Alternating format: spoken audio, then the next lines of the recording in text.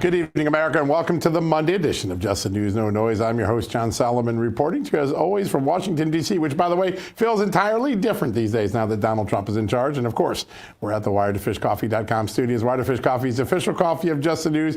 Point your camera at that QR code or use the promo code JustNews at checkout. Wired, the number 2, fishcoffee.com. It's my favorite coffee. They do amazing things. Go check them out today. You won't be disappointed. All right, Amanda, what another day. Last week, USAID was made extinct by Donald Trump. Today, the penny is being made extinct by Donald Trump by ordering the end of the penny production because, well, it costs a lot more than a penny to make it. Yeah, by 4 times, I believe. So, yeah, you know, and maybe this isn't for good. Maybe they just find a cheaper way of producing it, and then we can have pennies again. That's right. Make America have pennies again. But everything is getting a fresh look, and I think that's something that Washington hasn't had in a long time. Now, in a couple of minutes from now, we may be going live to an event that President Trump is doing where he's signing some executive orders, some new stuff today.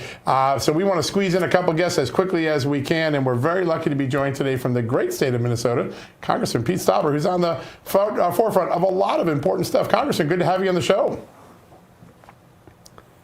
It's great to be back with you. Appreciate it. Yeah, we love having you on. I want to start with something you did in your home state. You took your Congressional Oversight Authority and you went to Governor Walz, former vice presidential nominee in the last thing, and said, I want to learn about all the fraud going on in our state with federal tax dollars.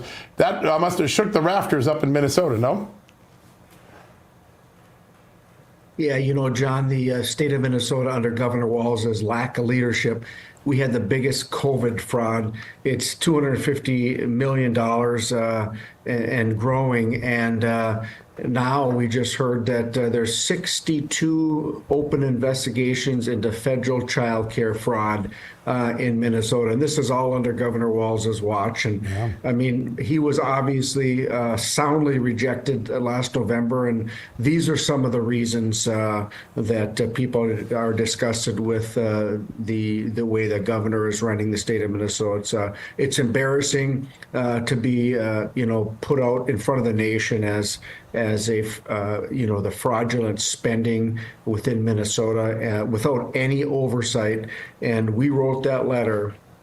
All the federal Republican legislators in Minnesota signed on. We wrote that letter. We're requesting information on how these fraudulent payments went out. How did you not catch this? And again, it's embarrassing. It's a lack of leadership.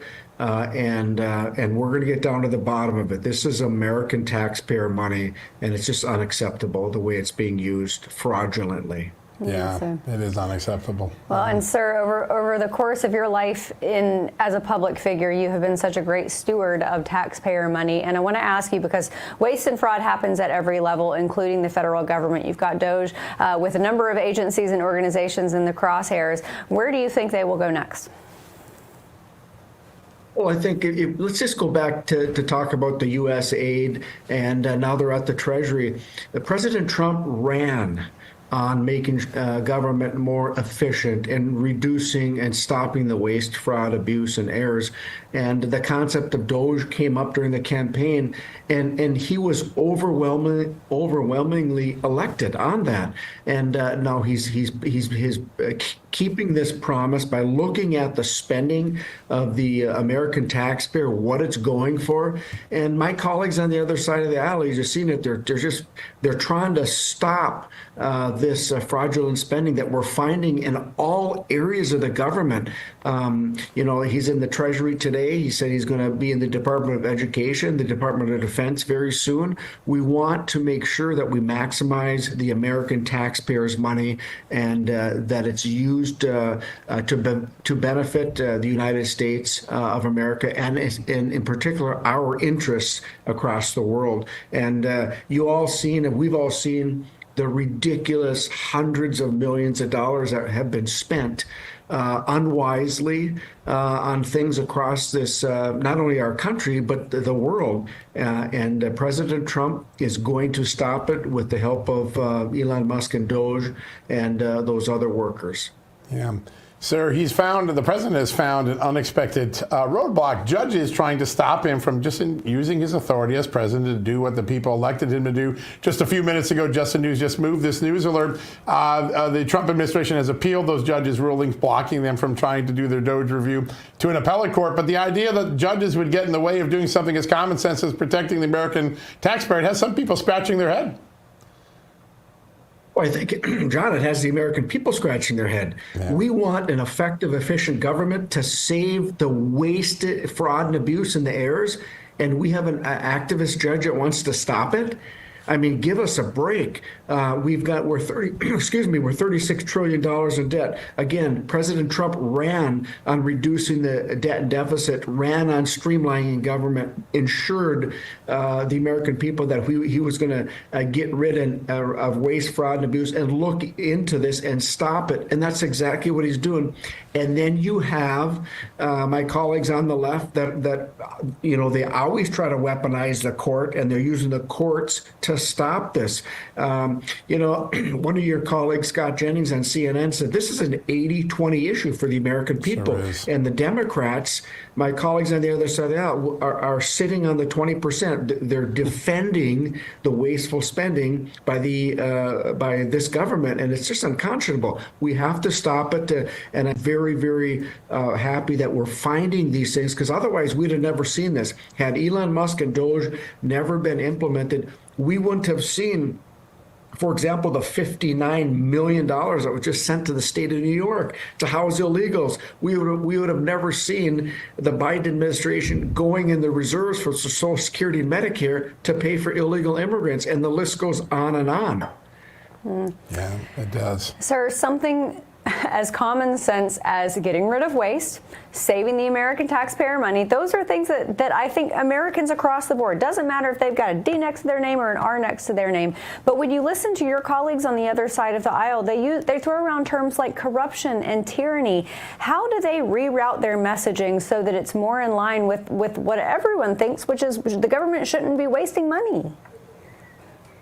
Well, I think that, again, 90% of American people agree with what's happening. I think there was just a report stating 70% of the people were happy with President Trump and what he's done thus far in his term by making good on the promises that he made to the American people. We know, we always talk about waste, fraud, and abuse, and all of a sudden the Democrats are putting the brakes on it when we're finding all these unnecessary payments, and oftentimes grifting into their own pockets or their friends or relatives' pockets. Is unacceptable. I know that President Trump and the American people and the Republicans in the House and Senate are not going to put up with this any longer. We cannot allow the waste, fraud, and abuse to continue.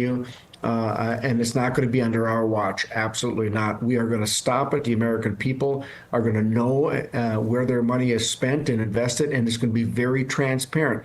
Like in the Treasury, they want codes for why was it, who paid it, why was it paid, what was the reason for, and then the do not pay list. Those seems to be real simple things we can incorporate, not just blank checks without reasoning why we're sending the American taxpayer money to Burma or other countries, Iraq, for a Sesame Street show for $120 million. Are you kidding me? We have veterans on the streets of our country that don't have housing. I mean, we can do better than that, and we're going to continue to root out the waste, fraud, and abuse, and Elon Musk and his DOJ committee are going to do that, and you're going to see more of it. We're going to see more in the Department of Education and the Department of Defense. I mean, hundreds of billions of dollars in a short period of time that DOJ has been up, that they've identified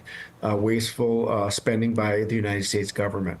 It's extraordinary, and I bet it gets deeper and deeper as we dig further in. So another thing President Trump is doing, protecting American industries. Just a few moments ago, he signed tariffs, expanding the tariff protections for all steel and aluminum across all countries. Important for some of our manufacturers in this side of the country, isn't it?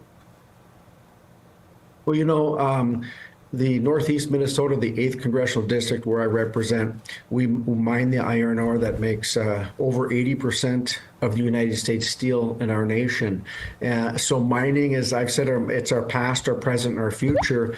And President Trump put this 232 steel tariffs on his first term because he knew that the Chinese Communist Party and other adversarial nations were going to attempt to dump their cheap, dirty Chinese steel onto the American market and put out of business the Iron Range in northeastern Minnesota. We were not going to allow that to happen. In fact, it was so successful that the Biden administration kept that on. And, when we talk about what President Trump campaigned on, he campaigned on permitting reform, NEPA reforms, so we can mine, process, and manufacture those ores right here in America.